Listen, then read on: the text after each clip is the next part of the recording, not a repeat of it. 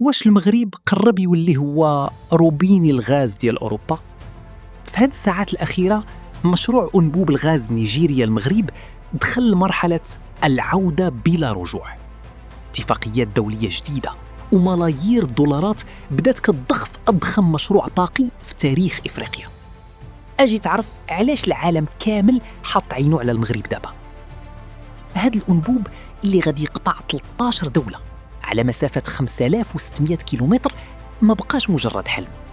اليوم كاين تقدم كبير في الدراسات الهندسية، ودول بحال السنغال وموريتانيا بدات كتحسم الأمور ديالها. المغرب بهذه الخطوة ما غاديش غيضمن طاقة رخيصة للمغاربة، بل غادي يولي هو الممر الإلزامي للغاز نحو القارة العجوز. المحللين كيقدروا التكلفة ب 25 مليار دولار، والمفاجئة هي رغبة بنوك عالمية في تمويل هذا المشروع، حيث شافوا فيه البديل الأكثر أماناً واستقراراً في المنطقة. هذا المشروع هو كش ملك في رقعة الشطرنج الطاقية. في نظركم واش أنبوب الغاز غيخلي المغرب القوة الاقتصادية الأولى في إفريقيا؟ شاركونا آراءكم في التعليقات.